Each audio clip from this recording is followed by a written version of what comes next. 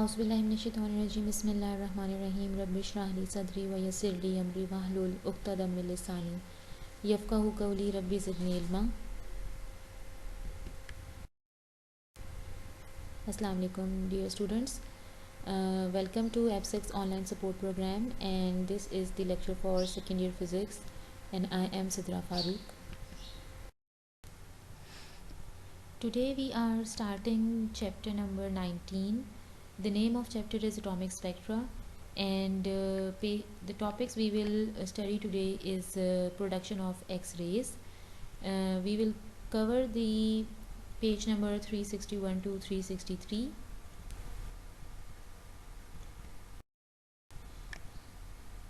There are 7 types of electromagnetic radiations. Number one, how can we define electromagnetic waves? As the waves which do not require any material medium for their propagation. So this is the spectrum shown of electromagnetic radiation, and you can see that initially the wavelength is larger, and as it is moving further the wavelength is now becoming shrink, it is less, and at the end it is very minimum. So the type of waves, if it is decreasing, then the name of waves are also changed, because according to the change in or less in wavelength, the frequency will be increasing. So the starting name of electromagnetic radiation is radio waves, then comes microwave, then infrared, then visible, ultraviolet, X-rays, and gamma radiations.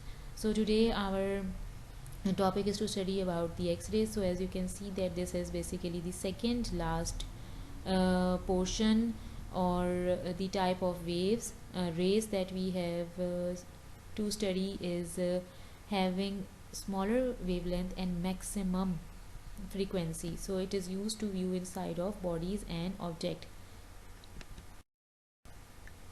So according to the wavelengths, you can see that for visible light the wavelength will range in this manner. Then for ultraviolet region it is from 100 nanometer to 10 nanometer, and then from soft X-rays the range is leading from 10 nanometer to 1 nanometer, and then for hard X-rays it is from 100 picometer to 10 picometer, and then further range from for gamma radiation. So the wavelength is becoming very smaller in nanometers, and pico means 10 raised to the minus 12, so it is such a smaller value.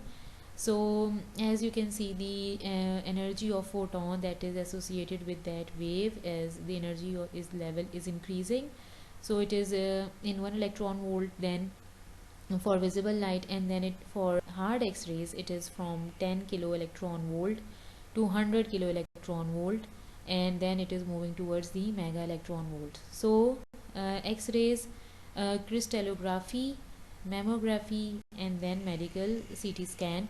So these all are the uses of X-rays. Now for the history of X-rays, a scientist, Röntgen, he placed his wife's hand on photographic plate and exposed it to unknown radiation for 15 minutes.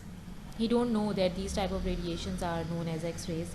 So when he developed the photographic plate, the outline of bones of her hand could be seen. So means that these rays, they are stopping at our bones, and they are reflecting back from through our bones, but they are passing through our through our flesh. So he named it X-ray. What is an X-ray? It is basically a machine. It's basically like a camera. It uses X-rays to expose the film instead of visible light.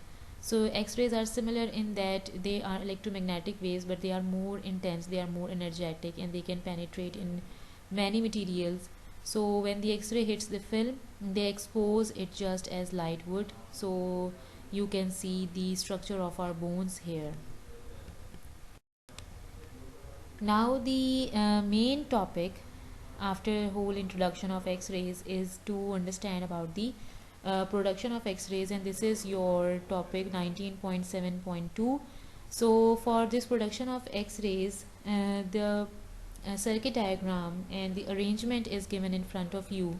Here you can see that this is a filament F, and it will use to produce the electrons when we are connecting this filament through to a high voltage source. So this is the other part. As you can see, some inclined portion, this is the anode part, and there is a copper block used for this anode, and this is connected to the positive terminal of high voltage, and this whole arrangement is kept enclosed in evacuated glass tube to produce the vacuum situation for the accurate result of interaction for this electron to this material. Now the material that is placed here at the anode is tungsten target, and for this material we will observe the production of X-rays. Now this is all for this arrangement of the arrangement that is used for the production of X-rays. Now when this filament F, it is heated by the current that is supplied from this battery, it emits the electron. As you can see, this is the electron beam. So this serves as a hot cathode. This filament F is served as a hot cathode. The anode is made of solid copper bar, and at high melting point, metal like we are using a metal like platinum or tungsten here, and it is embedded at one end of this copper block, and it serves as a target T. Means these electrons that are now moving through this filament, they will hit this target of tungsten. The cathode and anode, they are enclosed inside an evacuated glass tube chamber and has a high voltage of around 50,000 volt, and it is maintained between the anode and cathode. So the electrons emitted from cathode, they are accelerated because of this high voltage, they are accelerated, and also because of the opposite charge towards the anode, they are accelerated. So the energetic electrons, they hit the or strike the target T, and you can see that these X-rays, they are produced now. So this is the animated video of X-rays. So you can see that the electrons, they are emitting out from the cathode portion, and because of this high energy and acceleration, they will move towards the anode, and you can see the X-rays, they are now producing. So it is now I am mentioning here that a small part of kinetic energy of the incident electron is converted into X-rays, and the rest is converted into heat, so that this anode portion will be heat up. The target T, it becomes very hot and must therefore have a high melting point. So that is why the range, it is given that it has already a very high melting point. The heat generated in target T is dissipated through the copper rod. Sometimes the anode is cooled by water flowing behind the anode. Okay, so behind this anode we are attaching some further arrangement for the temperature low or for cooling of this anode. So when such high energetic electrons are suddenly stopped by target T, an intense beam X-rays produce. So these X-rays have a large penetrating capacity and are called hard X-rays, as we have studied and see the previous slides, while those with small penetrating power are called soft X-rays.